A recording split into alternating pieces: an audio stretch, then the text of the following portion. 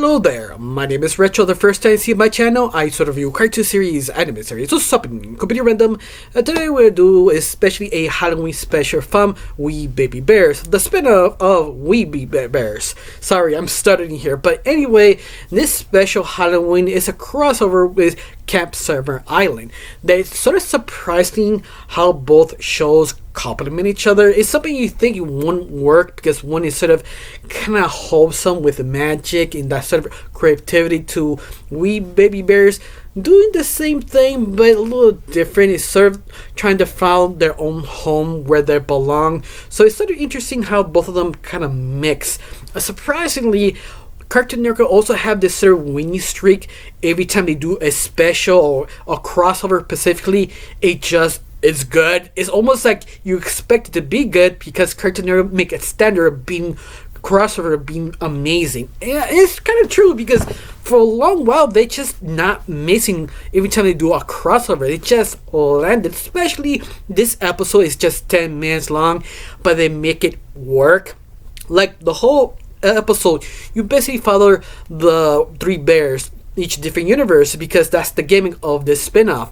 You follow Grizz, Bear, and Panda trying to find their home, but this new universe is just so unique. Something about it feels sort of more built, like they have more thought into it. But be fair, that's pretty normal for We Baby Bears. Every time they go to a new universe, it's very unique, but this one feels something like Halloween Town.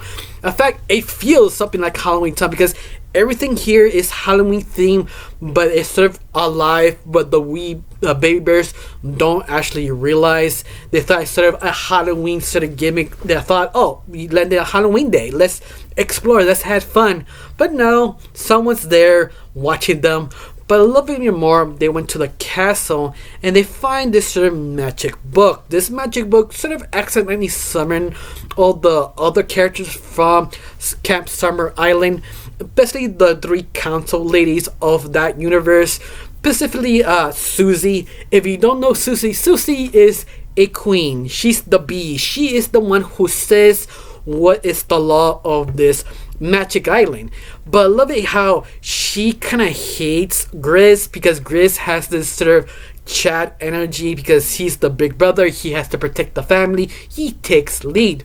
But I love it, both of them, when they actually meet, they just don't like each other. I mean, it wasn't intentional. It's almost like you have two alphas basically meeting. You know, well, both of them will fight because they're alphas. They need to be dominant. Especially Susie. You've seen Camp Summer Island. Susie does not take crap. You take her crap. And that is interesting because they just don't like each other. But at the same time, they also want to explain how the witches came to their universe because a magic book the kids read. But this sort of give you an idea that they know how to use this type of magic, this sort of teleport magic or different universe magic, but it's sort of forbidden because it's just sort of wonky for them. That's why they try never to use that type of magic because how loosey-goosey really is. But I love it. Grizz trying to give it a hand, let me figure it out, let me help you. But Susie, no.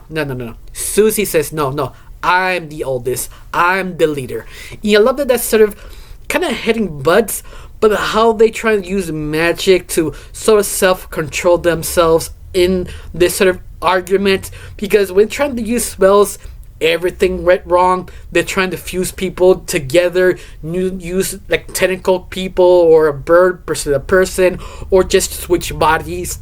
But it's sort of unique. It just went crazy, but fun crazy. Something that I was so surprised I'm gonna have this sort of level of quality and level of fun watching this special. It's just sort of interesting. Of course, they find out this castle was living in this other witch that sort of, because it kind of like a hybrid, like a bear, witch, pumpkin. But this design, this character, I don't know if it has a name. I never heard it has a name. But this person lived this castle and she does not like it. But I love it. It's the performance of that new character for this only episode. She's just shine. This antagonist with no name. This pumpkin witch. That's for right now. Let's call the pumpkin witch.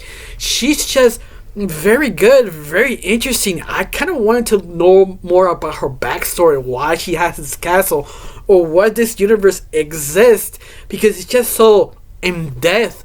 Especially how they find out how defeated it using the magic book, but Susie and Gris have to agree to work together.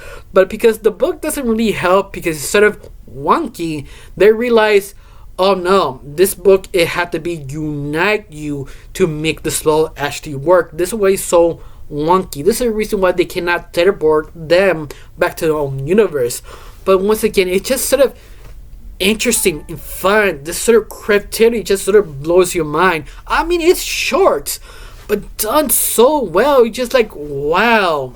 I kind of wish this was longer, like 20 minutes. Not just 20 minutes. I wish this was sort of a movie, at least a TV movie, because this has so much potential, so much creativity, but you also have very strong characters.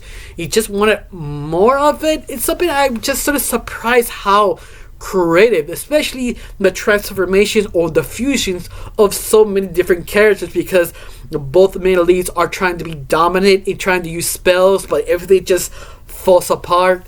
But once again, it's all about the execution. You easily screw around or mess up the story because they're not focused. This one knows what you're for. You want to see the battle. You want to see them argue. You want to see them fight. You just become sort of frenemies. They become frenemies. But I love that they do lead as a hint. May we do another crossover of their special, their show? Maybe. I hope they make a part 2 of this if they drop the final season of Sam. Sorry, I'm stuttering. I'm losing my track here. But Camp Summer Island. There we go. But all that I really enjoyed. In fact, I was sort of a fan of Camp Summer Island, but you could never keep up because the schedules, you keep changing. I wanted to review it, could never do. I guess this is the next best thing, in other words. But at the end, I've been satisfied. I mean, I like both shows. They're very different, but very wholesome. Maybe the reason why they decided they make this show. But at the same time, sort of kind of laughing my ass off. The both main leads is Susie, who voiced an older woman, to a Grace voiced by a child. Just think about that. The child and a grown woman arguing. It's just sort of weird. It's something that I just think about sometimes. I don't know why. But all of that, I had a great time. I don't know, you see the special, you like it. If you don't, tell me down below. Let me know. I got nothing else to say. Just thank you for watching. Don't forget to subscribe and have a wonderful day. Bye.